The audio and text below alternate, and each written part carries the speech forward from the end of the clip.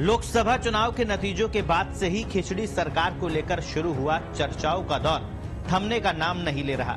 कहा जा रहा है कि नरेंद्र मोदी तीसरी बार प्रधानमंत्री तो बनेंगे, मगर सत्ता की चाबी नीतीश कुमार और चंद्रबाबू नायडू के हाथ में होगी।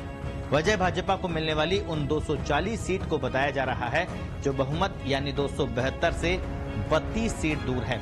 ऐसे में सवाल ये कि लगभग 2.5 दशक से फ्री हैंड होकर काम कर रहे पहले गुजरात के मुख्यमंत्री और फिर देश के प्रधानमंत्री नरेंद्र मोदी क्या किसी दबाव को झेल पाएंगे?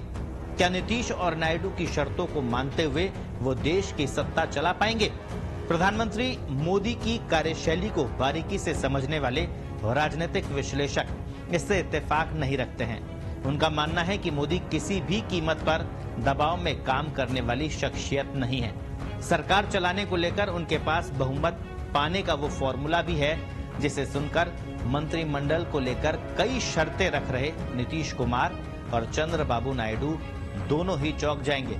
इस फॉर्मूले के तहत मोदी, नीतीश कुमार और चंद्रबाबू नायडू के बिना भी 5 साल सरकार चला सकते हैं। अब आप सोच रहे होंगे कि आखिर ये कैसे संभव है, तो ये मत भूलिए कि मोदी है तो सब कुछ मुमकिन है।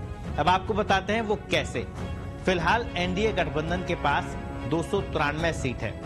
मान लीजिए चंद्रबाबू नायडू और नीतीश कुमार दोनों ने ही बीजेपी का साथ छोड़ दिया, तो नीतीश कुमार की 12 और चंद्रबाबू नायडू की 16 यानी 28 सीट को हटा दे तो आंकड़ा हुआ 265, यानी बहुमत के आंकड़े से 7 सीट दूर।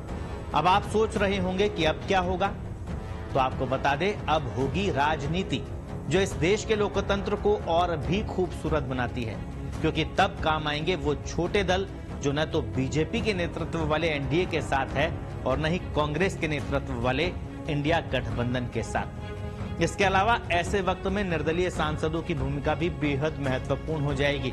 इस चुनाव में कुल 7 निर्दलीय सांसदों ने जीत दर्ज की है। इन 7 सांसदों में लद्दाख के सांसद मोहम्मद हनीफा, बारामूला के सांसद इंजीनियर राशिद, दमन और दीव के सांसद उमेश भाई बाबू भाई पटेल, महाराष्ट्र की सांगली लोकसभा के सांसद विशाल प्रकाश बाबू पाटिल, खंडूर साहिब के सांसद खालिस्तानी नेता अमृतपाल सिंह, फरीदकोट के सांसद सरबजीत सिंह खालसा और बिहार की पूर्णिया के सांसद राजेश रंजन उर्फ पप्पू यादव शामिल है। इन 7 लोगों में से पप्पू यादव, अमृतपाल सिंह और सरबजीत सिंह खालसा के अलावा और 4 निर्दलीय सांसद जरूरत पड़ने पर बीजेपी को समर्थन दे सकते हैं।